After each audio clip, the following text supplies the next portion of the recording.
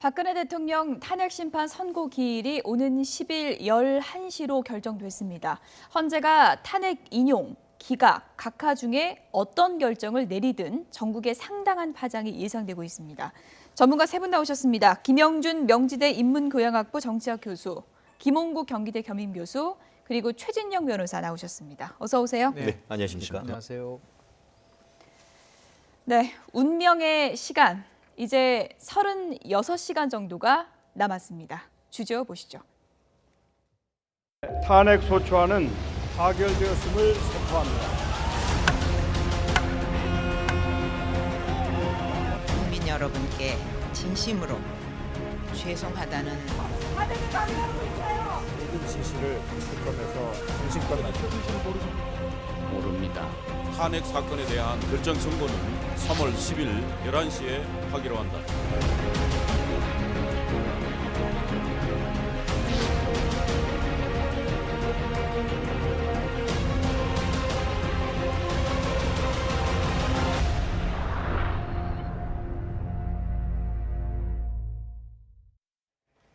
박근혜 대통령의 운명은 어떻게 될까요? 지금부터 분석을 좀 해보도록 하겠습니다. 최진영 변호사님, 네.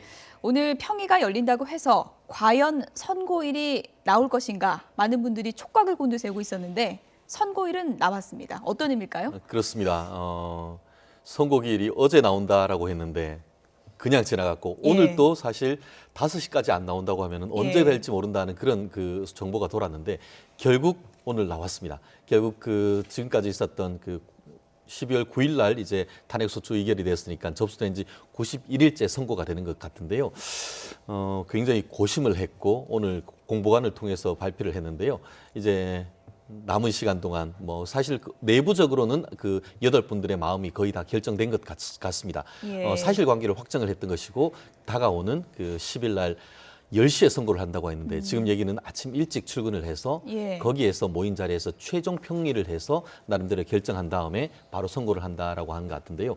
차분하게 지금 지켜봐야 되지 않을까 싶습니다. 네. 오는 10일, 그러니까 금요일, 모레 오전 11시, 13일에 할 수도 있고 13일을 지나칠 수도 있고 한데 10일로 결정했습니다. 금요일로요. 어떤 배경일까요? 뭐 몇 가지 이유가 있다고 보는데 예. 가장 큰 이유는 13일 날은 이정미 대법관이 퇴임하는 날이기 때문에 정말 만약 예상하지 못했던 돌발 변수가 발생이 됐을 예. 경우에 7인 체제로 갈 수 있다는 위험성 부분들이 있고요. 더 나아가서 이제 13일로 하게 되면 이번 주 토요일 아마 촛불 집회, 이 태극기 집회가 엄청나게 뭐 격렬하게 전개될 가능성도 있고 그 상황 속에서 우리가 예기치 못했었던 여러 가지 그 위험스러운 돌발 사건도 있지 않겠는가 이런 것들을 이제 고려한다면 예. 결국은 3월 10일 금요일에 하는 것이 여러 면에서 봤을 때 고심 끝에 나온 결론이 아닌가 생각이 좀 듭니다. 재판관들이 요즘 어깨가 무겁다 보니까 잠도 잘 못 자고 또 식욕도 없고 뭐 이런 얘기도 들리고 있는데 주말을 넘기는 것은 확실히 좀 꺼렸을 것이다. 이런 얘기들이 나오고 있더라고요. 그렇게 좀 봐야 될까요? 그렇습니다. 만일에 주말을 넘기게 된다면 주말 기간에 또 양측에 소위 말해서 대통령을 지지하는 측, 기각을 예. 원하는 측과 탄핵을 원하는 측, 촛불 민심, 주말 내내 부딪힐 겁니다. 그런 상황에서 아무래도 하루라도 더 빠르게 이 국가적 운명이 더 혼란스러운 상황을 막겠다는 재판관들의 그런 마음도 있었을 거고요. 사실 지난 이 비선실세 국정농단 사건이 대두된 것은 작년 7월에 첫 언론 보도로부터 시작이 됐습니다. 예. 그러면 8개월째가 됐고요. 12월 9일 국회에서 탄핵안이 통과가 됐은 이후로는 92일째 만에 이제 선고가 되는 셈인데요. 석 달입니다. 재판관들 그동안에 준비기일 3번 있었고요. 또 실제 변론기일 17번, 거기다 평일을 6번, 정말 피말리는 석 달을 보냈을 텐데요. 예. 이제는 국가적 운명을 결정하는 중요한 자리가 코앞에 닥쳤다. 아마 무거운 책임감 속에 밤잠도 설쳤을 텐데요. 마지막 선고할 때까지 결정되는 모레 아침까지는 아마 재판관들이 정말 힘든 시간을 보낼 것 같습니다. 예. 운명의 날, 불과 36시간 뒤면 운명의 시간이 됩니다. 그 시간으로 좀 가보도록 하겠습니다. 최종 선고는 어떻게 이루어지게 되나요? 누가 그렇습니다. 있습니까? 기본적으로 판결 선고는 주심이 아닌 이 재판장이 하는 것이죠. 한마디로 지금 이정미 재판 대행이 판결을 선고를 할 가능성이 상당히 높다 이렇게 보이는 것 같은데요. 예. 실제로 이제 그 전체적인 만장일치가 된다라고 한다고 하면은 이정미 재판관이 처음부터 끝까지 이유를 먼저 읽고 뒤에 있는 그 결론을 최종적으로 읽을 가능성이 큰데 예. 경우에 따라서 소수 의견이 있을 경우에는 먼저 일단 그 다수 의견을 내신 분이 읽는데 소수 의견 같은 경우에는 경우에 따라서 두 가지로 나눌 수 있습니다. 무슨 말이냐 하면은 재판관님, 지금 이정미 대행이 소수 의견을 낸다. 이럴 예. 때는 오히려 그 주심이 이분 중에 선임이 먼저 주된 내용을 읽은 다음에 예. 그 다음에 소수 의견 내신 분 중에 가장 선임, 결국은 그 이정미 재판관님이 되겠죠. 그분이 소수 의견을 읽는 식으로 될 건데요. 지금으로 봐서는 어쨌든 그 다른 그리고 통상적으로는 예. 결론부터 읽고 주문부터 읽고 이유를 읽는데 이번 같은 경우에는 예측컨대 벌써 이유를 얘기를 하고 혼란을 막기 위해서 결론을 나중에 얘기를 할 것 같은데요. 그와 같은 것은 2004년 노무현 대통령에 대한 탄핵 그 결과를 예. 발표할 때도 이유를 읽은 다음에 예. 결론을 읽었던 그런 예. 것이 이번에도 비슷한 패턴이 될 가능성이 높지 그러니까 않을까 싶습니다. 인용이냐 기각이냐 갈림길인데 인용했을 경우에는 이런 얘기가 나오겠죠. 피청구인 대통령 박근혜를 파면한다. 그리고 기각했을 경우에는 이 사건 심판 청구를 기각한다. 이렇게 되는 건가요? 그렇습니다. 예. 그 결국은 그 이유를 먼저 읽는다 하더라도 그 내용을 보면은 사실 그 결과를 미루어 짐작할 수가 있겠죠. 예. 그리고 주문은 확실한 건데 우리가 그 재판을 하는 사람 그 전문가들 같은 경우에는 주문을 읽을 때 첫 글자만 보면 그 결과를 알 수 있습니다. 아시다시피 인용을 할 때는 예. P자로 시작하는 거죠. 아, P 그렇군요. 청구 이러면은 결국은 대통령을 파면한다고 되는 것이고 예. E로 시작하는 예. 이 사건 청구를 기각한다는 것입니다. 예. 그렇기 때문에 이 선고를 힌트를 주셨군요. 네, 최진영 그렇습니다. 결국 변호사께서. 만약에 주문부터 읽는다고 하면 그 예. 첫 글자 성만 보면은 이것이 P자인지 E자인지에 따라서 결과를 알 수가 있고 예. 그렇지 않고 이유를 먼저 읽는다 하더라도 아시다시피 헌법재판소 같은 경우에는 4개의 헌법 위반 사유 그리고 1개의 그 형법 위반 사유 하는데 그 사유 하나하나에 대한 사실 인정함에 있어서 예를 들어서 이러이러한 증거에 비춰 볼 때에 국민주권주의 위반한 사실이 인정된다라고 한다고 하면은 사실 뒤에 있어서 그것이 중대한지 여부에 대한 판단이 있긴 예. 있겠지만 그 사실관계에 미루어 비춰서 다 읽지 않는다 하더라도 그 결과를 미루어 짐작할 수가 있죠. 만약에 국민주권주의와 관련되는 여러 가지를 얘기를 하면서 그 사실이 네. 인정되지 않는다라고 하면은 그때는 결과에 대해서 사실상 기각으로 갈 가능성이 있기 때문에 1시간 이상 걸린다 하더라도 최초에 읽고 있는 그런 사실관계 확정 그 부분이 매우 중요하지 않을까 싶습니다. 네, 지금 얘기 들어보니까 내일 또 평의가 있고요. 또 선고 당일날도 평의를 한다고 하는데 어떻습니까? 알 수는 없지만 저희가 지금 결론 다 나온 겁니까? 아니면 조금 바뀔 수도 있는 겁니까? 앞으로? 기본적으로는 한 95% 정도는 예. 결정됐다라고 보일 수 있을 것 같습니다. 결국 그 사이에 아시다시피 지금 이번 주 월요일 날에 있었던 특검의 수사 결과 발표를 참고 자료를 냈거나 그와 같은 것들이 최종 마지막 변수가 될 수는 있겠습니다. 그렇지만 어떤 주된 것은 벌써 이미 다 결정이 됐기 때문에 특별한 사정이 없다고 한다고 하면은 예. 이미 오늘 날짜를 정했다고 하는 것은 기본적으로 기록을 다 봤기 때문에 바뀔 가능성은 그리 높지 않다고 보는 것이 어떤 정답이 아닐까 싶습니다. 네, 뭐 인용이든 기각이든 어느 한쪽은 상당히 아파야 하는 그런 결과이고 대한민국의 참 비극이 될 것 같은데 박근혜 대통령 개인에게도 그렇고 대한민국 그 정치 역사에도 그렇고 상당히 좀 의미가 있는 결정이라고 할 수 있겠죠. 일단 제일 큰 예. 것은 이제 대한민국이 헌법을 지키고 더 나아가서 민주주의가 성숙될 수 있는지 여부를 판단하는 거라고 봅니다. 예. 대한민국 헌법 제1조 2항을 보면 대한민국의 주권은 국민에게 있고 모든 권력은 국민으로부터 나온다라는 이 부분 있지 않습니까? 이 부분에 대해서 명쾌하게 만약에 어떤 결론을 내든 간에 그동안 우리가 보아왔었던 대통령의 이제 권력 남용이라든지 국정농단 이런 부분에 대해서 인용을 하게 되면 예. 새로운 질서를 만드는 하나의 기회가 될 거라고 보고요. 만약에 이제 기각이 된다고 한다면 예. 대통령이 국정 운영하는 과정 속에서 사실 인정 여부를 떠나서 네. 얼마나 그것이 대통령직을 수행할 때 중대하느냐라는 문제거든요. 지금 저 최 변호사님은 이제 사실 인정 부분만 보더라도 알 수 있다고 얘기를 하고 있지만 실질적으로 2004년도에 노무현 전 대통령 같은 경우는 사실 인정을 했지만 예. 그 사안이 그렇게 중대하지 않다는 얘기를 하고 있기 때문에 예. 더 나아가서 대통령의 자유민주적 기본 질서를 훼손할 경우 또는 뇌물수수 부정부패 등 행위를 할 경우에는 중대한 위반으로 보고 있기 때문에 저는 이제 뇌물죄 여부도 상당히 영향을 미쳤고요. 예. 그러고 보고 또 나가서는 지금 이재용 부회장이 구속된 부분들도 상당히 영향을 미칠 거라고 봅니다. 그래서 전반적으로 이재용 부회장이 1차 기각이 됐을 때는 전체적으로 헌재도 기각이 되는 게 아니냐라는 그런 분위기가 있다가 예. 이게 다시 구속됐을 때는 제가 조금 전에 말씀드린 이런 중대한 사유와 관련된 것과 연결되기 때문에 아직까지도 굉장히 혼돈스러운 부분들이 있다고 저는 봅니다. 네, 뭐 말씀하셨듯이 기본적으로 판결문 같은 경우에는 굉장히 그 정밀하게 구성되어 있습니다. 기본적으로 말씀하셨듯이 증거에 의한 사실 인정 부분, 그리고 그거에 대한 평가 부분이 있는데 교수님이 뭐 법학자는 아니지만 법학하시는 분 이상으로 나름대로 잘 예. 분석해 주셨는데 기본적으로 사실 인정 자체가 되지 않는다라고 한다고 하면은 법률적 평가에 있어 가지고 그 부분이 뭐 중대한지 여부를 아예 판단조차도 안 하겠죠. 결국 그렇기 때문에 헌법 위반으로서의 국민주권주의 위반이 되는 것이지 아니면은 국민의 생명권 보호 부분을 위반했는지 그런 부분 하나하나에 대한 사실 인정을 아마 다 한 다음에 예. 최종적으로 그거에 대해서 정말 그것이 대통령을 파면할 정도의 중대한 어떤 그 헌법 법률 위반인지 그 부분에 읽을 때에 우리는 아마 그 거의 확실할 그 어떤 그 향배를 알 수 있을 것 같은데요. 그 시간이 언제가 될지 정말 예. 저도 기대됩니다. 지금 뭐 36시간 동안 8인의 재판관 잠도 안 오고 지금 상당히 고심에 고심을 거듭할 것 같은데요. 8인의 재판관의 성향도 상당히 좀 관심이 가는 대목이더라고요. 그렇습니다. 예. 8명의 재판관들이 있는데 입법부, 사법부, 행정부에서 각각 3사람을 이제 추천해서 헌법재판관이 예. 되지 않습니까? 그런데 현재 8명의 남은 재판관들의 성향을 기본적으로 그동안에 나왔던 판결과 재판관들의 성향을 봤을 때는 진보가 한 분이고요. 중도가 3분, 그리고 보수적인 성향이 진보라고 하면 김희수 재판관 말씀하시는 그렇습니다. 거죠? 김희수 재판관은 그동안에 거의 대부분의 이 판결에 있어서 결정을 할 때 진보적인 성향을 보여왔다는 것이 뭐 일반적인 평가고요. 통진당 해산이 대표적이었죠. 그렇습니다. 통진당 예. 해상도 그렇고요. 이번에 여러 가지 질문 과정에서도 세월호 7시간 문제라든가 굉장히 이 중요한 문제들에 대해서 집중을 했었거든요.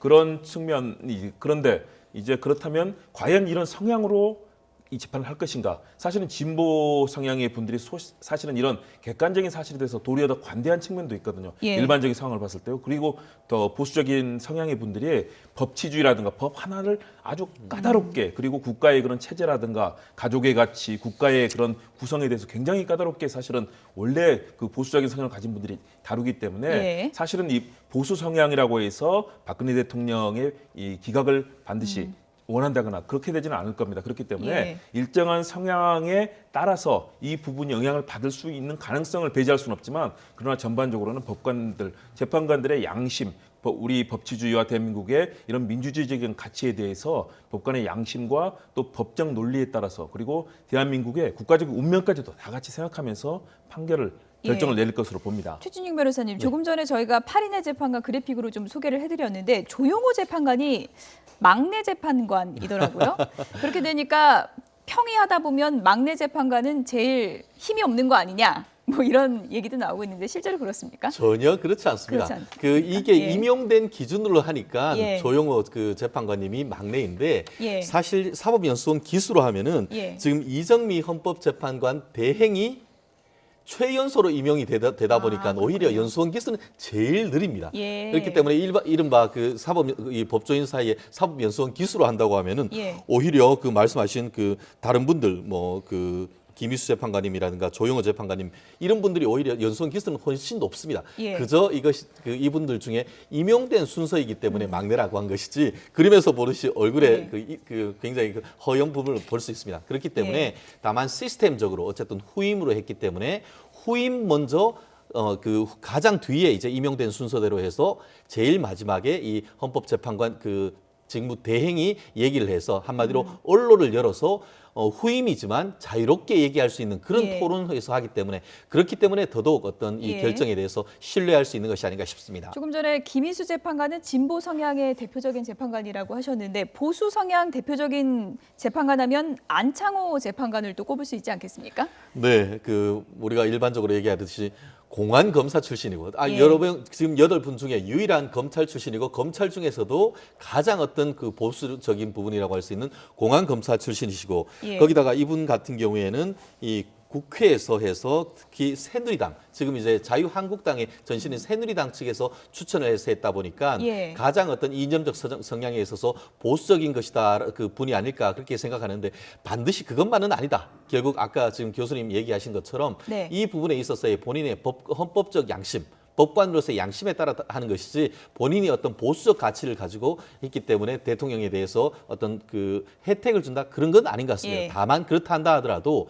이것이 사실관계를 확정을 했을 때에 과연 그것이 정말 대통령을 파면할 정도의 중대한 헌법 위반이냐 이 부분에 있어서의 가치 판단은 예. 어떤 보수적인 분 내지는 진보적인 분 그와 같은 어떤 이념적 성장이 조금은 그 영향을 미칠 가능성은 완전히 배제하기는 좀 어렵지 않을까 싶습니다. 네. 어쨌든 지금 박근혜 대통령 측에서는 계속해서 8인 재판관 체제에서 선고를 내리는 게 과연 맞느냐 이런 문제 제기를 계속하고 있거든요. 어떻게 일단 보십니까? 뭐 최근에 나온 용어 중에 하나가 각하라는 용어를 많이 나왔죠. 예. 그동안은 인용이냐 기각이냐 얘기를 했는데요.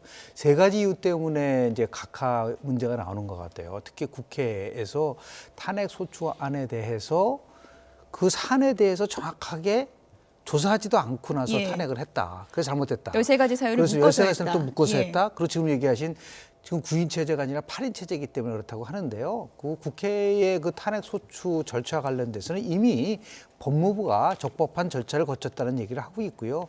만약에 8인 체제가 문제가 됐다면 뭐 박한철 헌재소장이 퇴임한 그 시점부터 이거를 집요하게 문제 제기를 했었어야 되는데 예. 그동안은 그런 것이 전혀 없다가 이제 각하 결정이 나오다 보니까 지금 일부에서는 인용과 기각 말고도 네. 재판관 중에서 혹시 각하하는 그렇게 해서 최종적으로 기각되지 않느냐 예. 이런 얘기까지 나올 정도로 지금 예. 각하 문제가 초미의 관심사라고 보는데요. 예. 미국 같은 경우는 이제 대법관들이 대법원 그 판사들의 성향에 따라서 정확하게 나눠집니다. 그런데 우리는 성향에 의해서 나눠지는 부분도 있지만 그동안 판결한 내용을 가지고서 분석을 해보면 예. 이번에 어떨지는 모르겠지만 굉장히 많은 여론을 중시한다라는 그런 부분들도 예. 내재돼 있기 때문에 그것이 이제 어떻게 반영이 될지 한번 좀 귀추가 주목됩니다. 어쨌든 임명권이 3대 3대 3으로 9명으로 돼 있는데 왜 8명이 하느냐 이렇게 김평우 변호사가 오늘도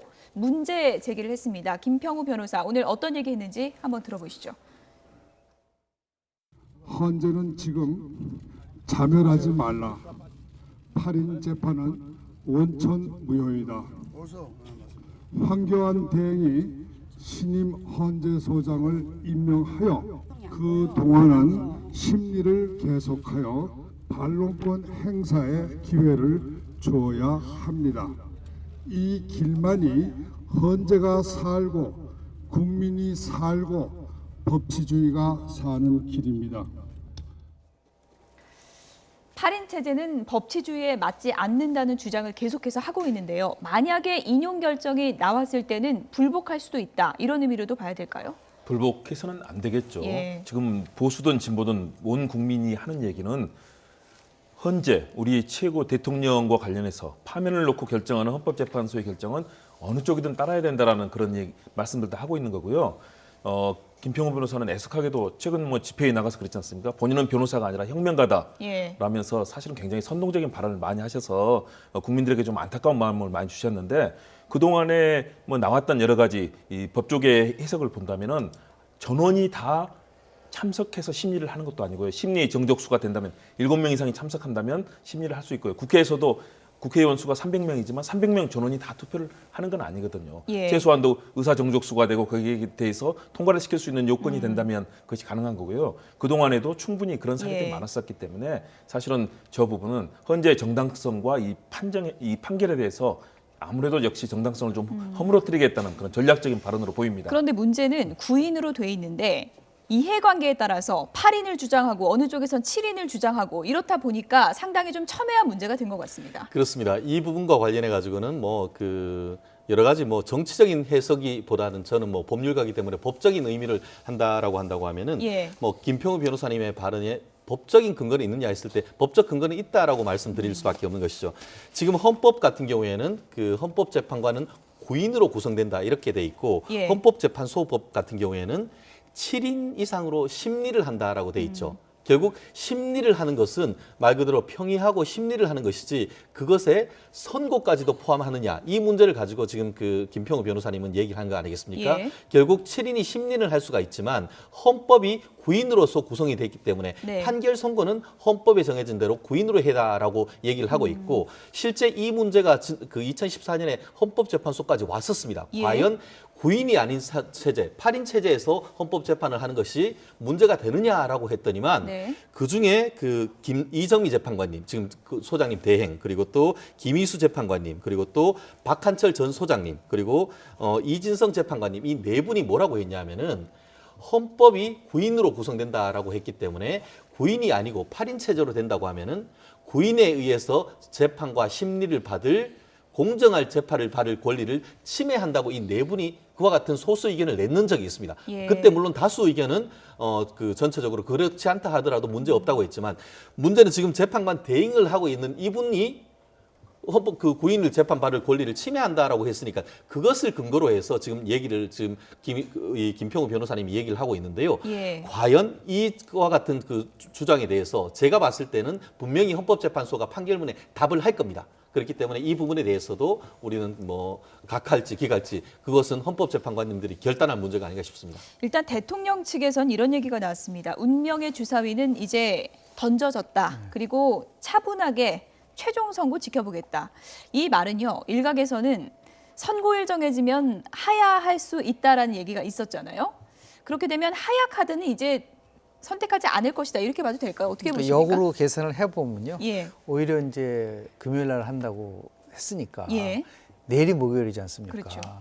대통령이 하야하는 그러한 선언을 하지 않으면 대통령은 기각한다는 확신을 갖고 있는 게 아니냐라는 예. 생각이 들 거고 예. 만약에 이제 하야를 한다면 이게 인용에 대한 부분들이 이제 확실하게 가는구나라는 판단을 할 수 있지 않을까. 그렇지만 그것이 맞느냐 틀리지 않은 건 뭐 개인적 판단에 관련된 그렇죠. 문제이기 때문에 현 상황으로 봐서는 뭐 아직까지 하야 카드는 생각하고 있지 않다라는 그런 거로 해석이 됩니다. 저도 김 교수님 말씀에 공감하는데요. 그동안에 박근혜 대통령이 뭐 검찰, 특검, 또 헌재 출석도 사실상 거부를 했지 않습니까? 그리고 마지막 자기 자신이 가졌던 이 사익을 추구하지 않고 대통령의 직을 열심히 했던 부분에 대해서 평가를 받겠다는 그런 결심을 했던 것으로 보이고요. 그렇기 때문에 헌재의 도덕성이라든가 정당성을 뒤흔드는 그런 대리인단의 전략이라든가 이런 부분들이 실제 나왔던 거고요. 그래서 마지막까지 지켜보고 본인의 정면 승부를 하지 않을까. 지금까지 나왔던 모든 그런 시그널과 이 정치적 태도를 본다면 예. 그렇게 갈 것 같습니다.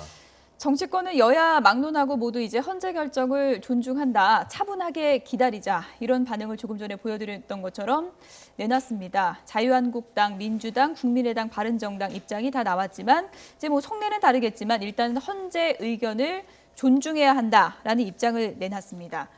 하지만 탄핵에 반대하는 보수 단체들이 요즘 상당히 격앙돼 있는 것도 사실인 것 같습니다. 박지원 국민의당 대표 얘기를 좀 들어보시죠. 박영수 특검 부인에 대해서 살해 여부로 혼절했다는 긴급 보도입니다. 지금 우리나라가 총체적으로 너무나 많은 갈등이 혼재하고 있습니다.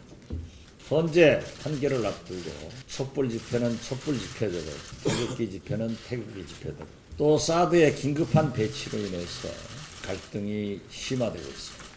어려운 때일수록 우리 국민이 화합 단결해서 이 위기를 극복하는데 앞장설 것을 우리 국민의당은 약속하면서 제발 이러한 극단적 일이 우리 사회에서 있어서는 안 된다는 것을 다시 한번 경고에 맞이했습니다. 네, 이 얘기를 들으니까 그런 걱정이 들어요. 지금도 그런데 결과 나오면 어떻게 될까 하는 또 우려도 많이 들더라고요. 그렇습니다. 예. 그렇기 때문에 그 이번 그 선고일도 아마 사람이 많이 모이는 주말을 넘어서 월요일 날 선고하지 않을까 그런 우려까지 할 정도로 많은 후폭풍을 걱정을 했었는 것 같은데요. 실제로 지금 지난주 같은 경우에도 양측 집회에서 상당 부분 과격한 모습을 보이고 있는데 지금부터 지금 36시간 동안 같은 경우에는 정말 차분하게 우리나라 법치주의 아닙니까? 이게 흔들려서는 서로가 보고 안 됩니다. 정말 헌법재판소의 결과 정말 차분하게 기다리고 어떤 이 부분에 대해서 승복하는 지혜가 필요하지 않을까 싶습니다. 태극기 집회가 3박 4일 동안 헌재 앞에서 시작됐다고 합니다. 뭐 자유민주주의 국가에서 예. 참여의 부분에 대해서는 뭐 지극히 갖고 있는 권리인데요. 참여에는 항상 책임이 따라야 되는 부분이고요. 또 하나는 그 참여 폭발로 인한 그 혼돈을 막기 위해서라도 중요한 것은 그 참여로 인한 부분 속에서 나올 수 있는 모든 것에 대해서 책임을 질 수 있는 성숙함이 있어야 된다. 예. 그러니까 이번 탄핵 결정은요, 대통령이 탄핵되느냐 안 되느냐를 넘어서서 대한민국이 결함이 있는 민주주의로 가느냐, 아니면 결함이 없는 민주주의로 가느냐를 결정짓는 굉장히 중요한 시금석이 될 거라고 보고요. 그러면서 봤을 때 차분하게 그리고 예. 결과에 승복하는 그러한 모습들. 조금 전에 박지원 그 대표께서는 이 국난 부분들에 대해서 국민이 이 위기를 잘 극복해 주길 바란다고 얘기하는데 예. 그건 정치권의 몫입니다. 지금 정치가 정치답지 못하고 정치 역할을 못하기 때문에 예. 이런 상황이 왔기 때문에 더더욱 헌재의 판결을 앞두고 정치권들이 자성하고 반성하면서 갈등 조정에 앞장서야 될 거라고 봅니다. 예.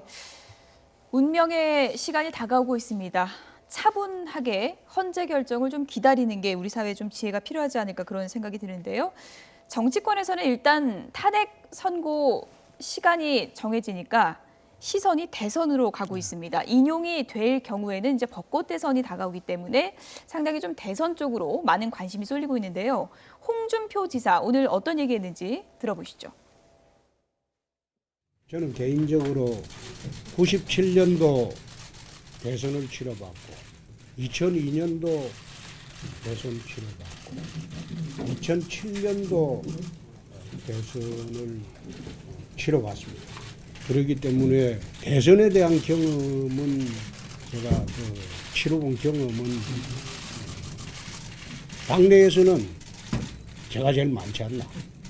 그리고 세 번의 대선을 중심에서 내가 치러봤기 때문에 다음 대선에 대한 반대 생각도 좀 있습니다. 어차피 진영 싸움이다. 5대5 게임이다. 그러니까 탄핵 이후에 가부 이후에 인용되면 인용되는 대로 기각되면 기각되는 대로 전열 재정비를 하면 된다. 네, 홍준표 지사가 내가 대선 경험에서만큼은 제일 많다라고 했는데 경험 많으면 뭐 좋은 건가요? 어떻게 보십니까? 꼭 좋은 건 아니죠. 예. 그러나 전체 판을 읽는 능력이 일단은 뛰어나다고 볼 수 예. 있고요. 홍준표 지사 같은 경우는 정치적 감각, 그 승부수를 던지는 능력이라든가 이런 부분이 아주 탁월합니다. 일단 제가 출마한다는 얘기죠? 당연하죠. 예. 그리고 지금 말하는 뉘앙스를 본다면 황교안 대행은 현재 지지율은 높지만 출마할 수 없을 거라고 본인은 확신하고 있습니다. 그러면 현재 가장 높은 지지율 보수 진영에서 갖는 이 후보가 될 수 있는 사람은 본인이다라고 생각하고 있고요. 예. 승부수 던지고 대선 뛸 겁니다. 네, 다들 뭐 기울어진 운동장이다 네. 이러는데 홍준표 지사는 진영 싸움인데 5대5 게임이라고 보고 있는데요. 그렇죠. 그거는 이제 예. 양자 대결 구도로 갔을 때 이제 50대 54. 저는 그 48대 52라는 얘기를 많이 썼는데요. 누가 48을 가져가느냐는 문제인데 이게 3자 대결 구도로 가져가면 즉 각종 대선 다자 대결 구도를 보면요. 진보 진영이라고 내세우는 후보의 지지율이 65%, 예. 그리고 나머지 보수 진영이라고 하는 분들은 20%를 넘지 못하고 있거든요. 그렇죠. 근데 지난 2012년은 아시다시피 51.6%대 48%, 거의 이제 48대 52 구도로 돼 있기 때문에 아마 홍 지사께서 얘기하신 거는 결국은 보수 후보로 자기가 나오고 예. 또 저쪽에 누가 될지 모르겠으나 이제 네. 진보 후보랑 붙게 되면은 이거는 뭐 50대 50까지 갈 수 있는 진영의 논리에서 바뀔 수밖에 없다라는 부분이 있는데요. 저는 홍 지사 얘기 중에서 주목하는 거는 뭐냐면 대선 후보가 되기 위해서 나오는 것이 아니다. 예. 결국은 대통령이 되기 위해서 나온다는 것 때문에 대통령이 되는 것이 아니라 저는 그건 뭐랑 연결이 되냐면 황교안 총리의 행보와 굉장히 연결이 된다고 예. 봅니다. 황 총리가 나오게 되면 저는 홍 지사 생각이 달라질 수 있을 거라고 보고요. 예. 더 나아가서 기각이 되면은 뭐 그런 뭐 절대적으로 나올 가능성이 큰데 인용이 되고 만약에 황교안 총리가 나온다고 했을 예. 때 홍 지사의 선택 고민은 굉장히 깊어지지 않을까라는 생각을 하게 됩니다. 인용이냐 기각이냐 황교안 대행도 상당히 지금 촉각을 곤두세우고 있을 것 같은데요. 요즘 예. 광폭 행보하고 있지 않습니까? 예. 뭐 거의 뭐 그 야당으로부터의 집중 포화를 맞을 만큼 광폭 행보를 하고 있고 최근 같은 경우에는 NSC도 열고 하는 모습을 보면서 보수 진영 측에서는 든든한 후보다 이런 얘기를 하고 있는데 본인으로서도 지금 탄핵 인용이나 결정이냐 그 기각이냐에 따라서 향배가 굉장히 엇갈릴 것 같습니다. 만약에 기각이 되면은 지금 대통령은 지금 있지만 그때는 대통령이 없는 대행이죠. 그렇다고 하면은 대선을 60일 내에 그 관리를 해야 되는 사람으로서 본인의 진로에 대해서 굉장히 고민을 할 테고 오히려 만약에 기각이 된다고 하면은 보수의 대표적인 아이콘으로 오히려 결심해서 나올 가능성이 높지 않을까 그렇게 생각을 합니다. 네. 야권은 요즘 뭐 경선 열기가 상당히 뜨거워지고 있는데요. 오늘은 야권의 대선 주자들이 여심을 잡기 위해서 나섰다고 합니다. 주제어 보시죠.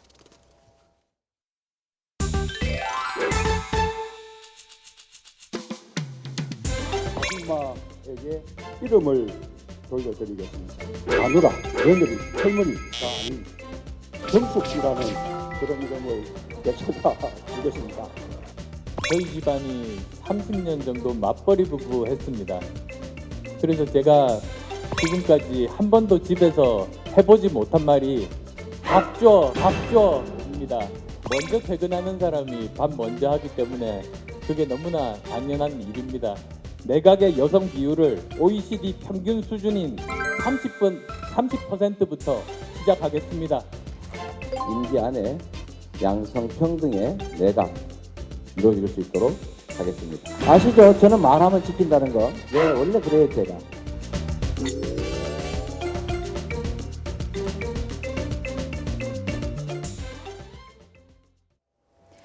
네, 오늘 여심 잡기 위해서 야 대권 주자들이 상당히 치열한 경쟁을 했는데 누구에게 점수를 주고 싶으십니까?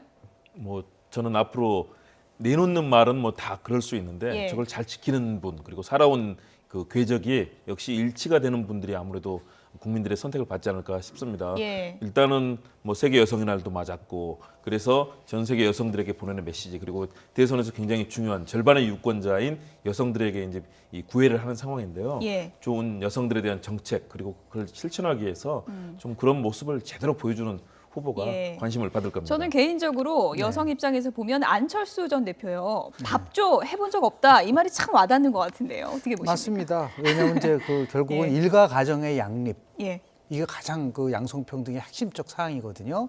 우리 자유민주주의란 말을 많이 들었는데 평등민주주의로 가야 된다. 그런 면에서 봤을 때 세 분이 전부 다 오늘 3.8 여성의 날을 맞이해서 좋은 그 공약을 얘기를 했는데 예. 하나 아쉬운 점을 지적을 좀 하고 싶습니다.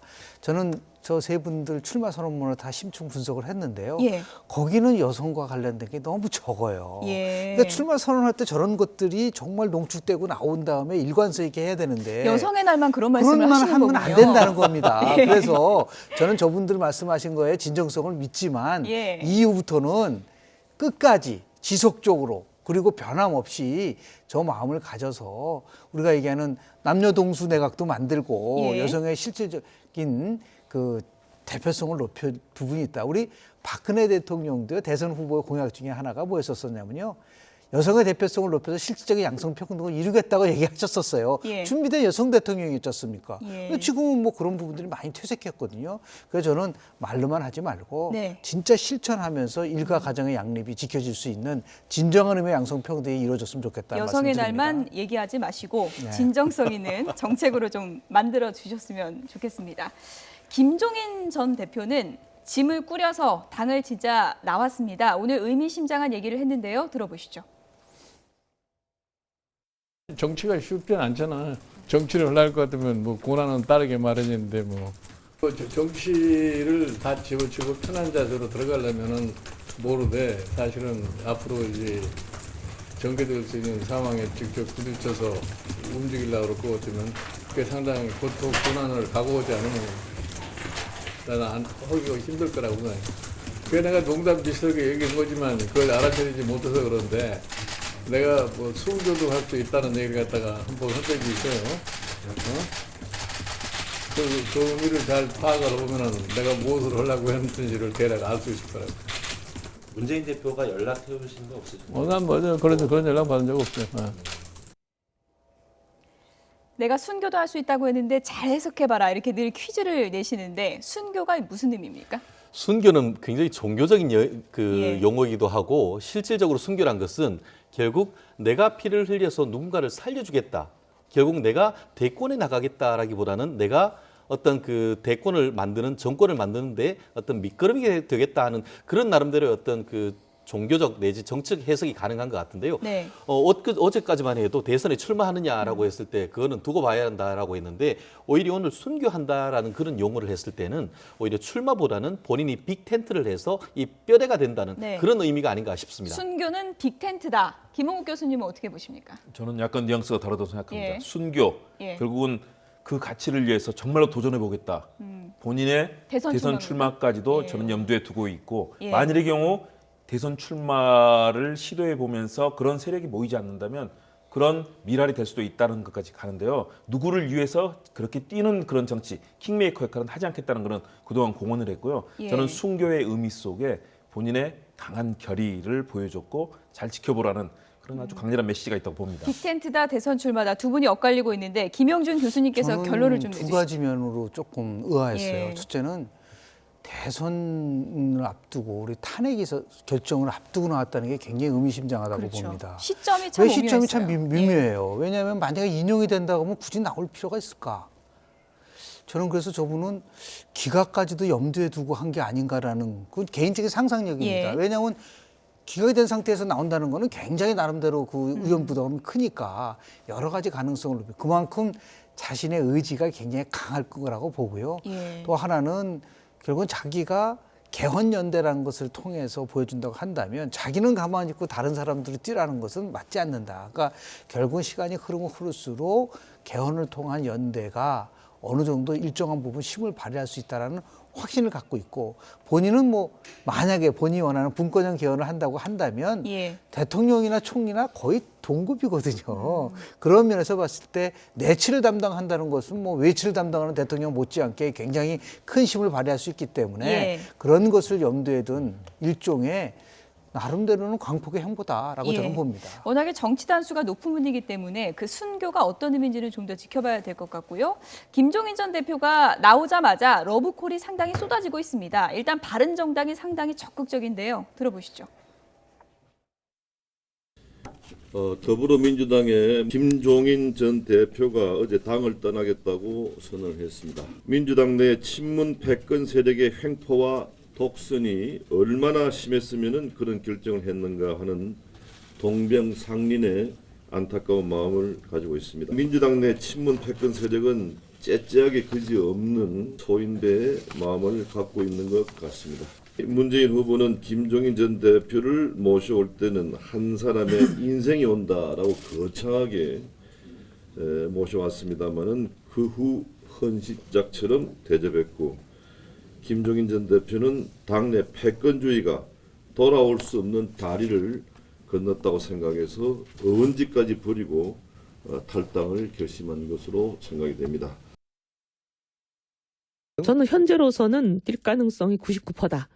그리고 정말 앞으로 이제 뭐 정치 상황이 격변을 해서 예상치 못한 김종인 대표님 생각에 전혀 예상치 못했던 상황이 전개된다면 이게 이제 의도가 무산되는 거죠. 특별한 이변이 없으면 저는 실행하실 것 같다. 대선 주자로 출마하실 거라고. 네, 왜냐하면 지난 9월 달부터 벌써 주변에 있는 분들 얘기가 나온다. 그리고 상당히 준비하고 있다.